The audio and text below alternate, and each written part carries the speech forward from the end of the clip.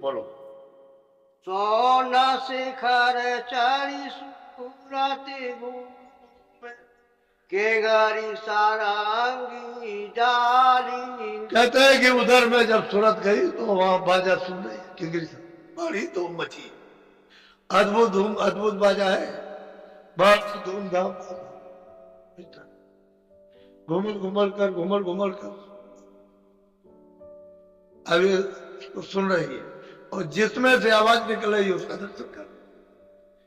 नाम और नामी बस यही है कि वो नामी है जिसमें से आवाज आ रही, और जो सुन रहा है वो वहां तक वो नाम है। अब नाम को पकड़ के नामी के पास पहुंच सकते।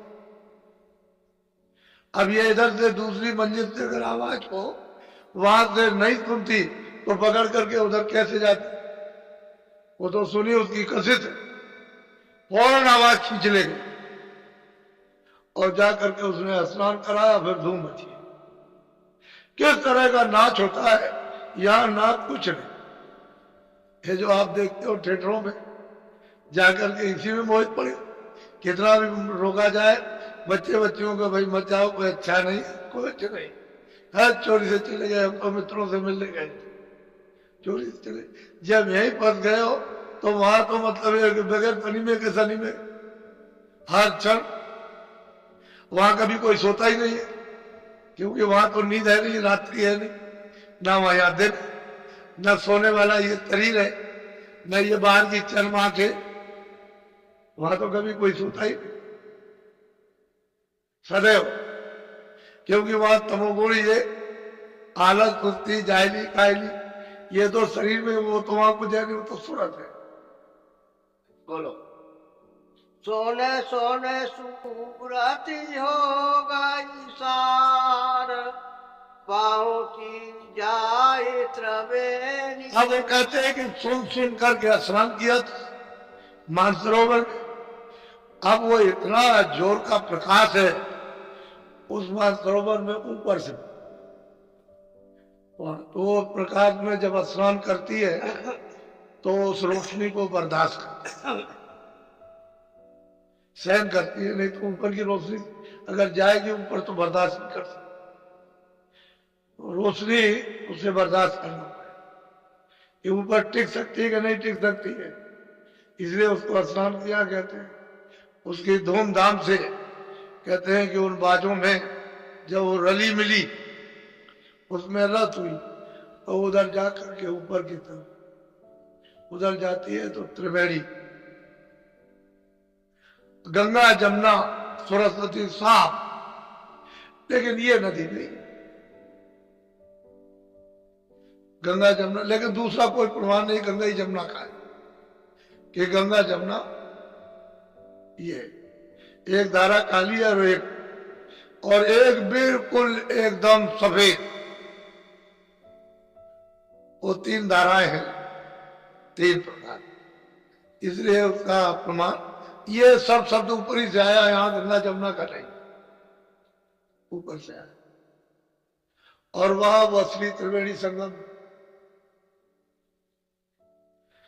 अब वहां जब सुनते जब जाती है, वहां स्नान करती है, तो मतलब है वो धारा। बोल। महासोन काना काली, गोप्त वेद जायली नाची। और वो कहते हैं कि जब वहां पहुंची 10वें द्वार में पारब्रह्म, इसी को पिया पद कहते हैं, दर्शन किए उस पारब्रह्म, और वहां से ऊपर से आवाज आती है, महासुन यानी भमर भगवान, जो सोहम पुरुष विराजमान, सोमस्मित वित्तीय अखंडा, काम और क्रोध लोभ मोह में बुद्धि पागल हो जाती, तो ये जीव बेचारा क्या कर सकता, ये इसके लिए बेकार है, ये दुश्मन है, इसको हमेशा जीवात्मा को रास्ते पर नहीं लगने दिया, गिराती है। इसलिए इस जगत में कहते हैं बंधन जब टूटेगा जब महात्मा मिलेंगे और रास्ता मिल जाएगा, तो ये बंधन धीरे धीरे धीरे धीरे कम हो जाएंगे। जैसे जैसे कम होते जाएंगे वैसे ही साधन मैं आप अग्रसर होते जाओ। ये पीछा नहीं छोड़ेंगे तो आप क्या साधन कर सकते? कुछ नहीं कर। ये बंधन तभी टूटते हैं जब आप, और ये मोटे बंधन ये जगत के गुरु भक्ति से काट। कहते हैं जो जो गुरु आदेश दें उस शब्दों का आप पालन करो तो ये कट जाए मोटे बंधन। अब रह गए चित्त के बंधन, जो जुगों जुगों से चित्त चिंतन करता आया और वो रस्सी की तरह से बंधा पड़ा हुआ, न मालूम कितने जन्म में वहां बंधा है। तो मोटे बंधन जगत गुरु भक्ति से कहा, और झीने बंधन चित्त के कटे नाम पड़ता। कहते हैं फिर सूरत को नाम के साथ जोड़। तो जितने भी झीने पहले के जमा जो भंडार है वो सब खत्म हो जाए, उन तारों से कट जाओ, छुटकारा हो जाए। जब लग मोटे जाए नहीं, जब तक ये बंधन मोटे नहीं जाते झीने कैसे जाए? वो झीने चित्त के बंधन जा ही नहीं सकते। जब दिन रात आप वेद पढ़ते रहो, दिन रात पूजा पाठ करके, दिन रात रामायण पढ़ो, दिन रात भागवत पढ़ो, दिन रात आरती करते, ये जा ही नहीं सकते, ये जाएंगे नहीं। और जब बाहर के नहीं जाएंगे तो अंदर के क्या? ताते सबको चाहिए, सबको चाहिए नित्य गुरु भक्त हमेशा उनके आदेश का पालन करो, काम हो जाए। महात्माओं ने बहुत सरल सुलभ रास्ता अख्तियार किया जो सबकी समझ में आए। वही तो वजह साकार और कितने हजारों योजन दूर से दिखाई देता है। एक योजन का 4 कोस होता है, तो दूर से उनकी नाका आ रहा है, नाका अब करीब आ रहा है। अब ये मतलब ये है कि त्रिवेणी संगम जब उसने स्नान उसने किया वहां, अब वो पार जाएगी। ये भी छोड़ दिया, ईश्वर को भी छोड़ दिया, ब्रह्म को भी छोड़ा, अब पार ब्रह्म को भी छोड़ दिया। अब वो ऊपर जाएगी महाकुंड भवन। बोलो। अंध घोर जावा सातर पालंग जाका। देख वहां अंधघोर के वहां कोई अंधेरा तो नहीं, लेकिन प्रकाश इतना है कि वहां चकाचौंध। यदि दृष्टि उस प्रकाश को बर्दाश्त नहीं कर सकती तो बिल्कुल आंखें बंद। इतना घोर यानी प्रकाश कि उसमें मतलब है कि काम नहीं करती है जब तक बर्दाश्त न करने उसको। इसलिए तो जगह जगह बर्दाश्त करना पड़ेगा। जब सूरज यहाँ बैठती है और जब आँख खुलती है तो बस मतलब ये है कि बस जैसी रोशनी आई बंद हो जाती, जैसी रोशनी आई बंद हो जाती, हिलती है ऐसे। जब रोशनी आएगी तब बंद होगी, बिजली चमकेगी फट बंद, फौरन बंद। तो यही जब दरवाजे पर बैठी है नहीं प्रकाश जरा सा आंख बंद हो जाती, तो वो तो सब प्रकाशित, वहां तो आंख बर्दाश्त करना पड़ेगा। क्यों? लेकिन इस मैदान में अगर कहीं अंदर चली गई तो मतलब यह है कि खरब योजन नीचे, खरब योजन नीचे चलती। अब आप खरब योजन, यहाँ क्या है खरब? सूरज इधर से निकलता है, जिधर डूबता है, कितना है यहाँ बताइए? खरब योजन नीचे, और खरब योजन ऊपर चली जाए तो कितना हो? खरब योजन। इसलिए कुछ और बात, जो आप ये सब, जब सूरत अंदर में जगती है और चलती है तो सब अनुभव करती जाएगी। जो मस्ती और नशा चढ़ता है वो वही जानते। इसलिए महापुरुषों का कौन पहचान सकता, कौन उनको पहचान सकता, किसने पहचान पाया? हमको तो कोई आज तक नहीं मिला जो ये कहे कि मैंने पहचान। वो किसी को पहचान करा दे वो तो बात अलग है, और किसी को पहुंचा दे वो तो अलग। वो तो सबने सिर पीटा ये कदमों, और लेकिन ये नहीं कहा कि मैंने जान लिया, ये नहीं। बोलो।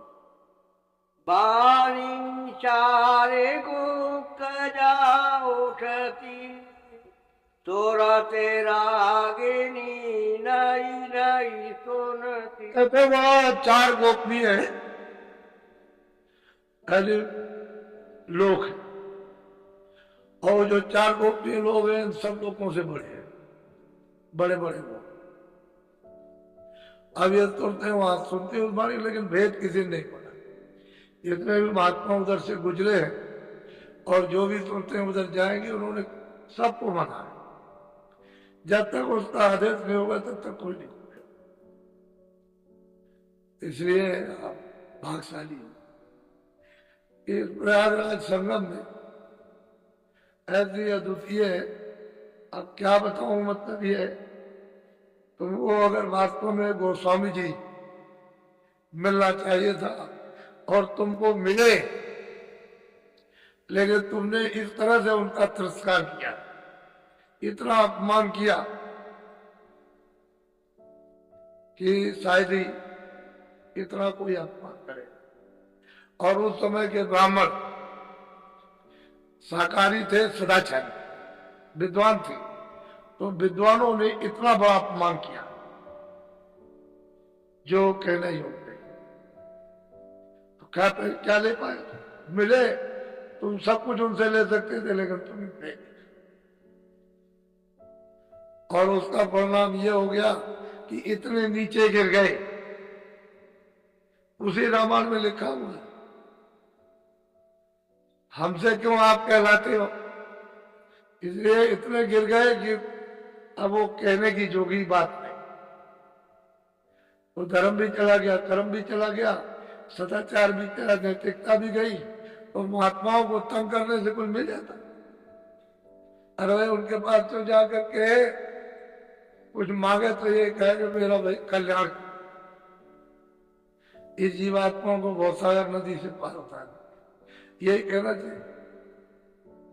लेकिन रोजी रोटी के पीछे पागल हो। अगर महात्मा किसी की रोजी रोटी थोड़ी देते, अगर रोजी रोटी ले तो सबको साधु बना दे। तो कहते हैं नहीं, सब अपना अपना काम हो, सबका काम अलग है, भिन्न भिन्न काम। सिपाही का काम अलग है, रास्ता अलग काम करता है, नाई अपना काम करता है, उसका तो काम अलग अलग। धोबी अपना काम करता है, झाड़ू लगाने वाला अपना काम करता है, सबके काम अलग अलग हैं।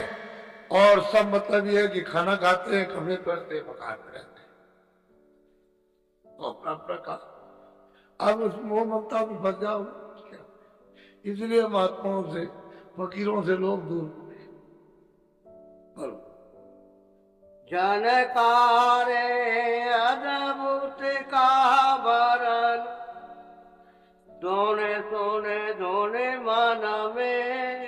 कहते हैं कि विविध बात की अद्भुत जानकारें आती है और कैसे वर्णन किया जाए, क्योंकि उसका कोई निशान नहीं है, उन आवाजों का या कोई निशान नहीं।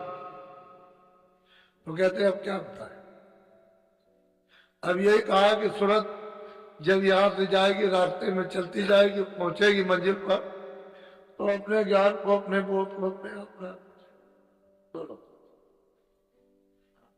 पाचयन रचना ताकी,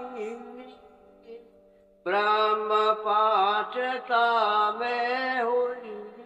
ये सब सतपुरुष के निकाले हुए। उस सतपुरुष ने सतलोक से सब अलग अलग मंडल बना करके और इनको बैठा दिया।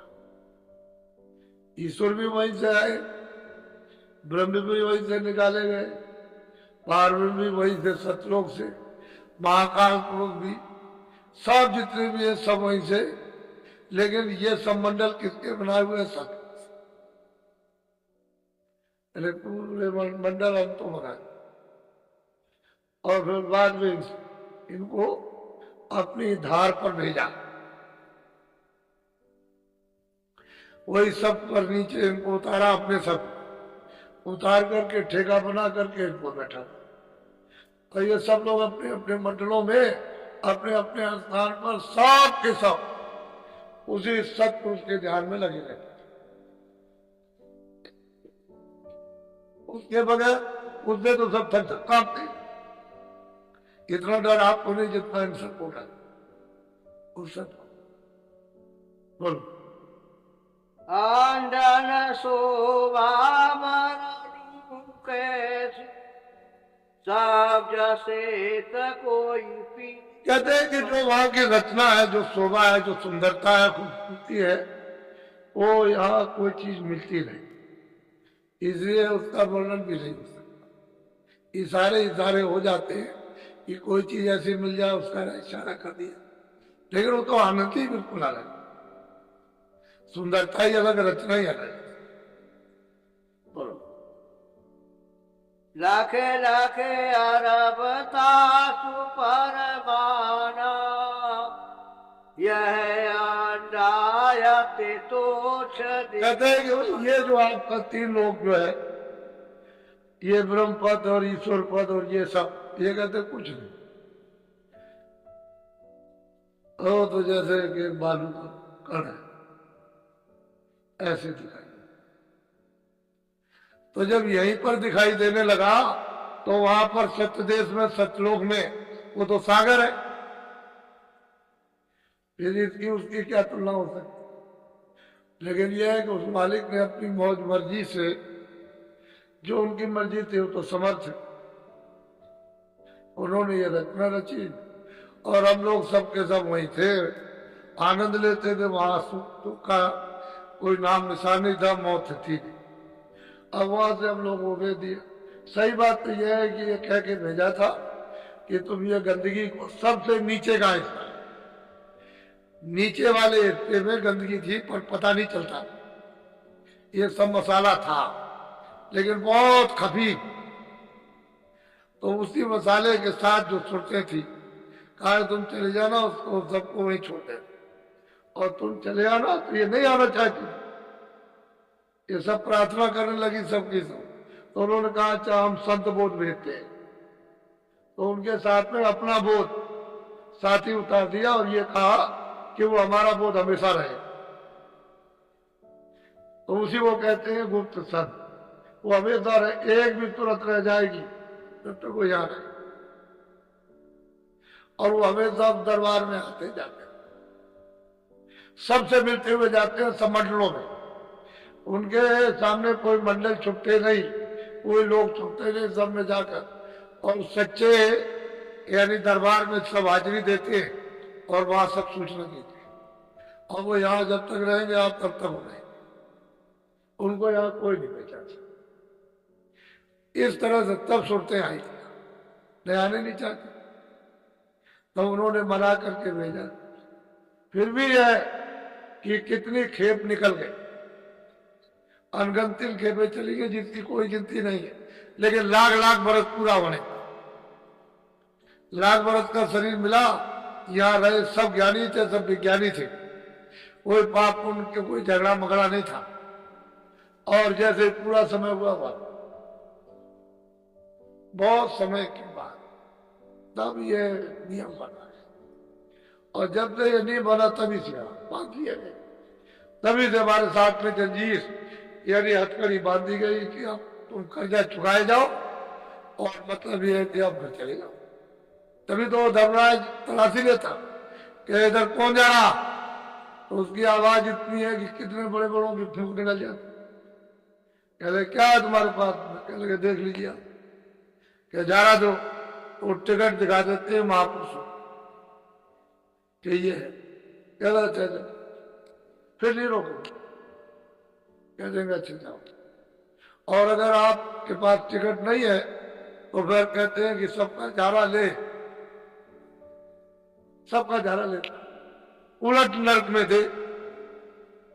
फिर फौरन मतलब एक बार बात जाओ सीधे निकल जाए, उसके बाद में कर्मों का जखीरा और फौरन वापस जन ऐसा चौकी पहरा उसका लगा हुआ है जब भी ये नियम बनाता था। अब यह है कि इसी कलयुग में अब कितनी सूरतें निकल गई, कितनी निकल रही। ऐसा नहीं कि रास्ता महापुरुषों ने खोल दिया और सुलभ कर दिया सबके लिए। स्त्री पुरुषों के लिए सबको भजन करना, स्त्रियों को भी उतने भजन करना, उतने पुरुषों को सबको अधिकार दे दिया कि अब सहज भजन आसान, सहज है, सीधा है, आसान है, ऊंचा, और सब नाम का सभी कर सकते और इसी से पार हो सकते हैं दूसरा हो। बोलो। या में ब्रह्म व्यापक जोई, ताकि गाते का हो कीर्तनी हो। कहते हैं भाई उनके सामने जो है ये तीसरी मंजिल, और उन्होंने कहा देखो ऐसे प्राप्त की जाती है भाई। आगे की चल बोलो। ताका ज्ञान पाइए ज्ञानी, फूले मन में होए। कहने का मतलब यह है कि अगर यहां भी पहुंच जाओ कि भाई ईश्वर का साक्षात करो तब भी ठीक, लेकिन किताबें पढ़ करके बस कहते ज्ञान में भूल गए। किताबें पढ़ ली, इतना घमंड, चकना चूर, इतना घमंड, इतना। अरे भाई कुछ तुम बैठ के कुछ कर सकते हो, कुछ किया है कुछ बात मतलब ये विद्या का कोई इतना घमंड, इतना गरूर आ गया कि दूसरे की सही बात नहीं सुनते हो। कहा जाए कहते भाई थोड़ा सा बैठ करके तुम थोड़ा रोको तो 2 मिनट भी नहीं बैठ सकते, लेकिन घमंड हो तो कहते हैं ये भौतिक विद्या है, ये टेढ़ा कर देती है। अगर विवेक ना रहेगा तो गए।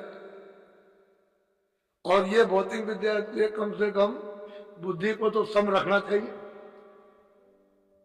लेकिन बुद्धि को क्रोध में, अहंकार में, गरूर में, तो कहते हैं इसी में भूल गया, उनको भी कुछ नहीं मिला। जानी उन्होंने ध्यान लगाया, उनको भी कुछ नहीं मिल पाया। किसी ने कुछ किया, किसी ने किया, ये सब मतलब ये है कि भूल गए। क्यों? कि रास्ता तो मिला नहीं और अटक गए। कोई किसी में, कोई किसी में, कोई जो जिसमें समझता चलो ठीक है और कर कोई ठीक नहीं रहा। क्योंकि जानने वालों के पास पहुंचे तब तो पता चले। अब जानने वाला कोई मिला नहीं तो समझते हम जो कर रहे हैं वो ठीक। तो आपके कहने और समझने से तो नहीं बनेगा। बोलो। मैं ढकसी गति न की जा, ऊप समुद्र जाने अब यही बात है। 2 सिपाही फौज में नौकर थे। अब देखिए मतलब माया की गति को देखिए, बहुत प्रेम था। एक ही मतलब माँ के थे दोनों, और एक ही जगह नौकरी उनकी थी। छुट्टी आ रहे थे तो मतलब ये एक राजा एक जंगल में शिकार खेल, ये उधर से चले आ रहे थे और राजा वो शिकार खेल रहा था। तो उसने देखा कि ये हिरन भागा चला जाना और रास्ते से ऐसे गुजरा तो देखा कि एक औरत किधर कैसे जा रही, तेज अच्छे कपड़े पहनकर, बड़ी तेज रफ्तार से। तो आगे तेज रफ्तार से चली जा रही झूमती हुई। आगे गई तो एक कुआं था, उसको तब तक ये पीछे से सिपाही आए। सिपाही ने देखा कि वो औरत एक अकेले बैठी है, देवी, तो चलो एक कुआं है, चलो देखें जरा सब पानी आनी पी लिया जाए। तो दोनों भाई वहां चले गए, वो चुपचाप बैठी है। तो बड़े भाई ने कुछ बातचीत की, उससे कुछ बातचीत करती रही। तब तक बड़ा भाई बोला कि देखो मैं गांव में जा रहा हूं, कुछ मिठाई ले आओ तो हम लोग भी खाएंगे, ये भी खा ले। सही बात यह थी कि उसकी नीयत खराब हो और बहुत सुंदर। तो वो चला गया मिठाई लेने, तब तक उससे बोली कि देखो तुम मुझसे बात करो। कह लगे नहीं, हमारे बड़े भाई से आपने बात कर ली है, अब मैं आपसे कुछ बात की। कह लगे क्या कहा, क्या बात कर ली, हमसे बात कर। भाई एकदम से बिगड़ करके उसने फाड़ दी, ये कपड़े फाड़ दिए और ऐसे बैठ गए। तब तक वो बड़ा भाई उधर से आया, देखा कि सब कपड़े फटे हुए। तो किसने फाड़ दिए, किसने, बस उसने निकाली उसमें से तलवार, उसके झोले में थी छोटी वाली, उसने भी निकाली और मारा उसने भी मारा। तो उसके भी लगे हुए, दोनों मर गए, दोनों मर गए। देखिए माया करूं। और वो तो ये सब खत्म हो गया मामला। वो राजा देख रहा, वो सब इसकी करतूत को देख रहा था और बड़ी तेजी के साथ चल दी। तो नदी का किनारा आया, वहां नाव लगी थी, मल्ला आवाज दे रहा था कि बाहर जाने वाली कोई हो तो आ जाओ। उस पर लोग बैठ गए। तब तक फौरन भेष बदला और सापिर में गए। अब नाव तो छोड़ दी, अब साबिर बन गई। तो कभी इधर कभी इधर, तो सब लोग कोई इधर कोई उधर, कोई तब भगा कि सांप आ गया, सांप आ गया। तब तक एक तरफ हो गए सबके सब, और वो नाव डूब गई। ये सब राजा देखा। देखो फौरन मतलब ये कि वेद बदल लिया और नाव में चढ़ गई। और उसके बाद में वो मर गया। उसके बाद उस पार गई तो ब्राह्मण का भेद बना लिया, तिलक लगा लिया और बैठी हुई है। तो राजा कहे, कहा भाई मैंने तुम्हारा ये सब कुछ देखा कि तुमने ये किया, तुमने ये किया, तुमने ये किया। कह रहे भाई मैं कुछ नहीं करता, मुझे जो उसका हुक्म होता है वही करता, उसके हुक्म को बजाता रहता हूं, मैं कुछ नहीं करता। कह लगे अच्छा करो, कह लगे ये नियम बताएं क्या करेंगे। लेकिन तुमने तो देखा कि वहां क्या किया, यहाँ क्या किया, फिर क्या करेंगे फिर ये। अब मैंने जो ब्राह्मण का भेद बनाया है तो क्या करूंगा तुमको नहीं बताऊंगा, मुझे जो हुक्म देगा। कहने का मतलब है माया, छाया अपने अपने कर्मों का किस तरह से मुजरा करा हिसाब ले लेती है।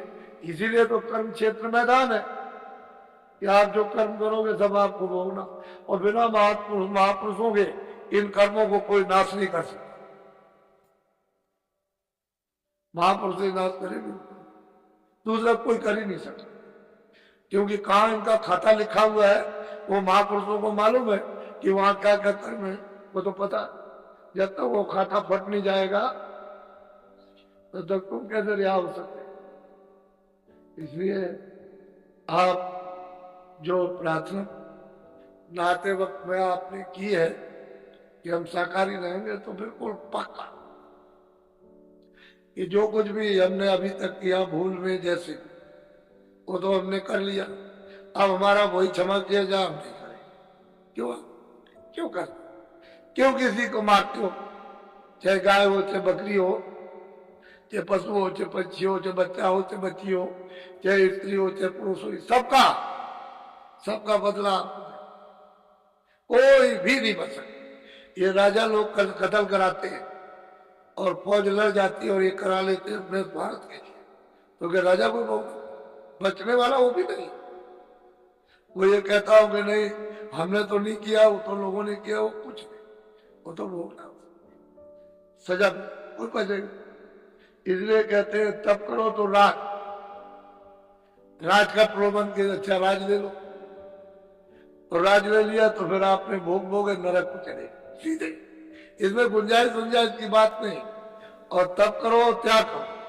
अगर वो कहे कि राज ले लो तो वो हमको राजनीति तब माने, तब उधर जाओ। ये छोटी छोटी चीजों हॉर्न टूट पड़े, गिर गए अपने को खो गए। और अरे त्याग तो होना चाहिए। क्यों दूसरे की चीज लेते हो आप? अपनी मेहनत करो, उससे शरीर का जब प्रारब्ध आपकी बनी हुई है तो दूसरी चीज क्यों लेते? आप अपना मतलब मेहनत कीजिए, मेहनत से शरीर का पालन पोषण हो तो उसकी किस्मत बनी हुई है, वो तो उतना उसको मिला ही है। अब आगे के लिए कुछ करो जिससे कि फिर तकदीर बन जाए, फिर आपकी प्रारब्ध बन जाए, किस्मत बन जाए। इसलिए किया जाता है जो पीछे का वो तो भोग ही रहे हो, वो तो आपको श्वास श्वास पर मिलेगा। अब उसको आप समझते नहीं। महात्मा जब समझा देते तभी तो कहते हैं कि भाई तीसरा पर्दा भी खुल गया और तीसरे स्थान को भी, धनी को वहां के पारब्रह्म को भी देखा, प्राप्त कर। अब आगे की तैयारी शुरू हो गई, तो चौथे पद में जाए, फिर उसके बाद में फिर पंचम, जो सबका शहंशाह है, सबका शहंशाह, सबका बादशाह है, इन सभी का, हमारा तुम्हारा सबका हुआ है। इस तरह से रास्ता, और वो नाम का रास्ता है, दूसरा कोई सड़क नहीं। नाम ही से आए और नाम ही से वहां जाओ, उसी से उतर के, क्योंकि दूसरा तो मंडल में कुछ है ही नहीं। जिस मंडल में जो वही नाम। अब दूसरा कहोगे दूसरी कोई चीज आ जाए तो नहीं, तो नाम से उतर करके आए और नाम छूट गया, नाम मिल जाए, शब्द मिल जाए तो वापस हो जाओ, और कोई नाम बोलो बस। कहा करे बस ये मनुष्य,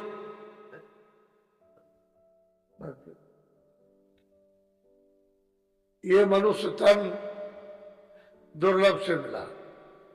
कितनी पूर्व में तपस्याएं की आपने, कितने दान पुण्य, कितने अच्छे नहीं कहा, तब आपको मिल गया होगा।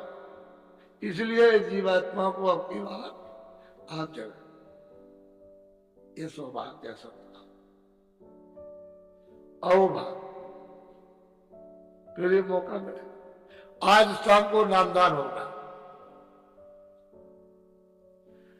जो जिज्ञासु है, जो बाहर से आए, उनको तो मिलेगा ही। हम तो इसी काम के लिए आए, और हमारे काम हमारा क्या, हमको तो ये जगाना। हम तो चाहते हैं कि दरवाजे में बैठ कर चलो जल्दी से इधर बैठो और निकलो, क्योंकि जीवात्मा यहाँ फंसी पड़ी है, यहाँ उस पर ये सब कूड़ा कचड़ा अंदर लगा हुआ। थोड़ी सी निमित्त मात जरा दी ये मेहनत करो कि इधर से मुंह मोड़ो, कि मन है, बुद्धि है, चित्त है, और इधर मतलब ये यहाँ को लगा के अंदर के कान, अंदर की आंख, अंदर की नाक से काम लो, सुनने का, देखने का, सुनने का, तो तुम्हारी आंख भी खुल जाए, कान भी खुल जाए, नाक। आंख तुम्हारी उससे काम नहीं लेते हो, कानों से काम नहीं लेते हो, इसलिए खराब पड़ी। फिर उस पर खराब होने के एवज में गंदगी लाद ली। अब वो महात्मा जानते हैं गंदगी कहाँ लदी, और तुम साफ नहीं अपने को कर सकते, तो कहते हैं चलो ऐसे करो, ये सुलभ हो जाएगा। तो धीरे से लगाते हो, फिर सुनाई करते, जब सामने देख, सामने सुन, उधर ऊपर की तरफ, तो धीरे धीरे करत करत अभ्यास के जड़मत और सुजात। गोस्वामी जी महाराज भी तो ऐसे ही थे कि जब उनको रास्ता मिल गया तो घर में किसी को बताते नहीं थे माँ बाप को क्या कर रहे हैं, बैठ करके कमरे में। ये तो चर्चा वहां रहती थी कि लड़का अंदर बैठ करके क्या कमरा बंद किए हुए, बहुत देर हो गई, तो कोई सोते थोड़ी थे, वो बैठ करके मतलब कर रहे थे। लेकिन जानकारी तो किसी न किसी तरह से हो जाती है, चाहे जान में हो चाहे अनजान में। अब अनजाने में थी कि कमरा बंद कर करके पता नहीं अंदर क्या घुस जाता है, क्या करता है।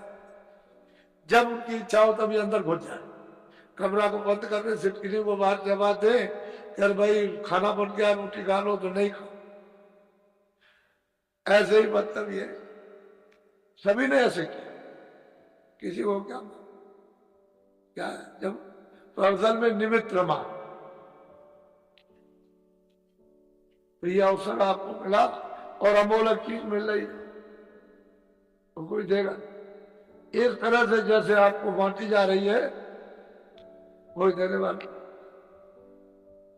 ये अमोलक चीज। और मतलब यह कि आपको कहा जा रहा है ले लो ले लो, तो ये तो मैं जानता ही हूं कि आपको लेना आता नहीं है, और दे दी जाती है तो रख नहीं सकते हो, क्योंकि रखना ही आता।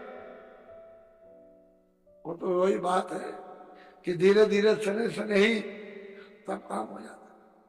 अब ये दृश्य आप सब देख रहे हैं। आपको क्या मालूम कि मैं रात को किधर गया था, लेकिन किसी को पता नहीं, किसी को मालूम नहीं, किसी को भी पता नहीं है, कोई नहीं जान सकता एक आदमी के सिवा, एक ही आदमी जानता है। और कहां घूम गया है लेकिन नहीं, आप लोग लग जाइए, क्या है आपके सिवा का ये इस तरह से कर्जा हमारे सामने, आज इसी सेवा से झाड़ू लगाकर ये गंदगी को उठा करके इसको साफ कीजिए। और महात्माओं ने ऐसा किया है, तब महात्मा बने, तब उनको प्राप्त हुआ। वो इसको कुछ नहीं समझते, इसको इसलिए कूड़ा कचरा, इसको ऐसा मत समझो ये सब कर्जा है जिसका मलबूत उठा करके फेंक दोगे, अरे इतने में तुम्हारा इस प्रयागराज त्रिवेणी संवर्धन लेन देन कर्जा खत्म हो जाएगा। तुम दिल से करो, मतलब ये हृदय से, स्वेच्छा से।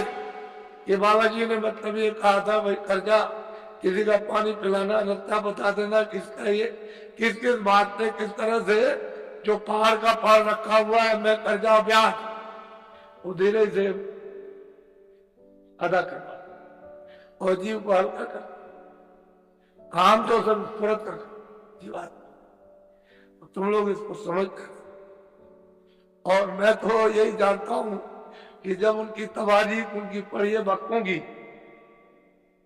जब कभी भी तो यही पता चलता है कि उन्होंने क्या किस तरह से प्राप्त किया, ऐसे ही प्राप्त। वहां तो उतनी मेहनत करते भी नहीं, दीदी साहब वो घेर घार करके सबको लाए हैं और यहाँ पर इस पर आए सब लोग प्रेम के साथ में 10 दिन का पूरा समय मांगा था। ये मैं जानता हूं कि अब की बार आपके साथ झगड़ा लगा दिया। ये बच्चों के इम्तहान सब जगह इसी समय पर रख दिया, पहले तो नहीं पढ़ते थे, अब की बार इस समय पर लगा दिया कि ये बच्चों के इम्तहान की वजह से कितने लोग रुक गए। ये जितनी जनता यहाँ दिखाई दे रही है, इसके आधे लोग इस पर रुक गए। अगर बच्चों का इन 10 दिनों में इम्तहान ना होता तो आप उस समय पर आप देखते, लेकिन फिर भी पहली तारीख को आप देखिए, ये सब देख रहे हैं। इसी तरह से अगर लोगों को भजन करना है वास्तव में, क्या मैं मतलब हरि का भक्त होना चाहता हूं, हरि आदेशों पर चलना चाहता हूं, मैं रामायण गीता भागवत को मानता हूं, मैं देवी देवता को मानता हूं, तो शांति के साथ पूजन कीजिए। कोई आंदोलन नहीं, कोई हड़ताल नहीं, कोई गाली नहीं, कोई गलोच नहीं, कोई किसी की निंदा, क्या जरूरत है। अबे तुम कहते हो निंदा करोगे तो दूसरों का बाल ला दो, दूसरों का बुरा अपने ऊपर क्यों ऐसा करते हो। तुम्हारी किताबों में लिखा निंदा किसी की मत करो, क्यों निंदा करते हो, क्यों गाली गली देते हो, क्यों उसको ये मंदिर है और ये है और ये गंगा जी है तो वो है तो काम है, इस जगह में क्यों पढ़ते हो। अरे मनुष्य मंदिर है, इसमें 24 घंटे वो भगवान बोल रहा है, खुदा की आवाज आ रही, ये जीवात्मा रूह बैठी हुई है जिस पानी में जीत है। तुम इसमें बैठ करके अपनी जीवात्मा को जगा के उसका साक्षात्कार करो।